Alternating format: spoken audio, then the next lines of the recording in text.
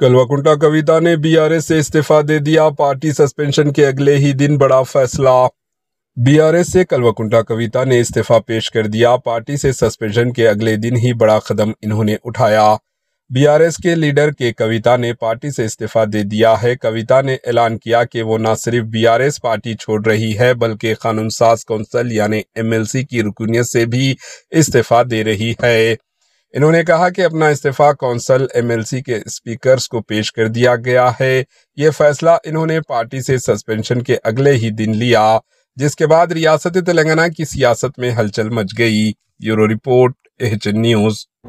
ఎప్పుడైతే హరీష్ రావు గారు రేవంత్ రెడ్డి గారు ఒకే ఫ్లైట్లో హైదరాబాద్ నుండి ఢిల్లీకో ఢిల్లీ నుండి హైదరాబాద్లో ఒకే ఫ్లైట్లో వాళ్ళిద్దరు ప్రయాణం చేసి వచ్చినప్పుడు హరీష్ రావు గారు రేవంత్ రెడ్డి గారు కాలు పట్టుకొని సరెండర్ అయినాక ఈ కుట్రలు స్టార్ట్ అయినాయి, నా మీద ఈ స్టోరీలు స్టార్ట్ అయినాయి, మా కుటుంబాన్ని విడగొట్టాలనేటటువంటి కుట్ర స్టార్ట్ అయింది. నేను ఛాలెంజ్ చేస్తా ఉన్నా, రేవంత్ రెడ్డి గారు మీరు చెప్పండి, ఆ ప్రయాణం జరిగిందా జరగలేదా?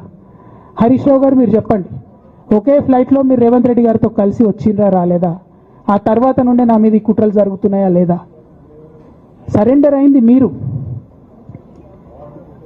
ప్రతి ఒక్క విషయంలో దాదాపు ఒక 7-8 ఇష్యూస్ ఉన్నాయి, ఇన్సిడెంట్స్ ఉన్నాయండి. అఫీషియల్ పిఆర్ఓ ట్వీట్ చేస్తాడు, Congress party official PRO tweet చేస్తాడు, ముఖ్యమంత్రి గారు పిఆర్ఓ, ఈ పాల వ్యాపారంలో అవినీతి జరిగిందని. తెల్లారి 2-3 పేపర్లలో వస్తుంది, మూడో రోజుకి మాయమైపోతుంది. అదే కేటీఆర్ గారినేమో 3 సార్లు విచారణ పేరుతో పిలిచి వేధిస్తారు. అంటే కేసీఆర్ కుటుంబం నికార్స్గా బరిగీసుకొని కాంగ్రెస్ పార్టీతో రేవంత్ రెడ్డి కొట్లాడుతున్నాం కాబట్టి మా మీదనేమో కుట్రలు జరుగుతాయి, మా మీదనేమో కేసులు పెడతారు. మీ మాత్రం 1 or 2 days హెడ్లైన్స్ వస్తే తర్వాత న్యూస్ గాయబవుతుంది. ఎన్ని జరగలే చెప్పండి హరీష్ రావు గారి విషయంలో? ఫస్ట్ పాల వ్యాపారం మీద ఏమొచ్చినాయి ఆరోపణలు? ఆనాడు బీఆర్ఎస్ పార్టీ గవర్నమెంట్లో SC ST BC హాస్టళ్లకు Harish Rao గారి పాల వ్యాపారం నుంచి పాలు సప్లై చేసిరనే ఆరోపణలు అయోధ్య రెడ్డి గారు ట్వీట్ చేసిరు. గతం 2 రోజులు పోయింది ఆరోపణ. ఎందుకు? సరెండర్. నెక్స్ట్ ఒక అభియోగం చేసిరు ముఖ్యమంత్రి గారు, రంగనాయక్ సాగర్ దగ్గర ఈయనకు ఫామ్ హౌస్ ఉంది, అది ప్రభుత్వ భూమి కబ్జా చేసిండని. 1 day headline, 3rd day news గాయబ్. No case nothing. కేటీఆర్ పరిస్థితి ఏంటి? ఎన్ని కేసులు పెట్టిరు కేటీఆర్ అన్న మీద? ఎన్నిసార్లు పిలిచిండు విచారణకు? ఇవన్నీ పక్కన పెడదాం, నిన్నటి లేటెస్ట్ ఇష్యూ మాట్లాడదాం. కాళేశ్వరం కానీ ఇంకోటి కానీ ఏ ప్రభుత్వంలో అయినా పొలిటికల్ పాలసీ చేసేవాళ్ళు, విధానపరమైన నిర్ణయాలు తీసుకునే వాళ్ళు ముఖ్యమంత్రులు ఉంటారు. కింద ఉన్నటువంటి మంత్రులు దాన్ని ఎగ్జిక్యూట్ చేయాలి. కేసీఆర్ గారు ఒక పాలసీ డెసిషన్ తీసుకున్నారు, నేను కాళేశ్వరం ప్రాజెక్టు కడతా, దానికి ఇన్ని డబ్బులు ఇస్తా అని. ఆనాడు మంత్రి ఎవరు? ఎగ్జిక్యూషన్ చేయాల్సింది ఎవరు?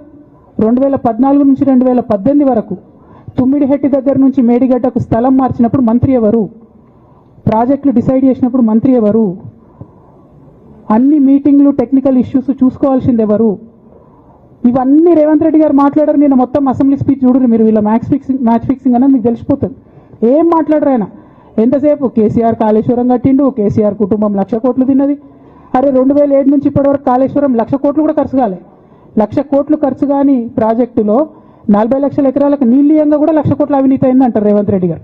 దాన్ని మళ్ళీ ఓన్లీ కేసీఆర్ గారి గురించి చెప్తారు, హరీష్ రావు గారి గురించి మాట్లాడరు. ఎందుకంటే ఇంటర్నల్ అండర్స్టాండింగ్ ఉంది వీళ్ళిద్దరికి.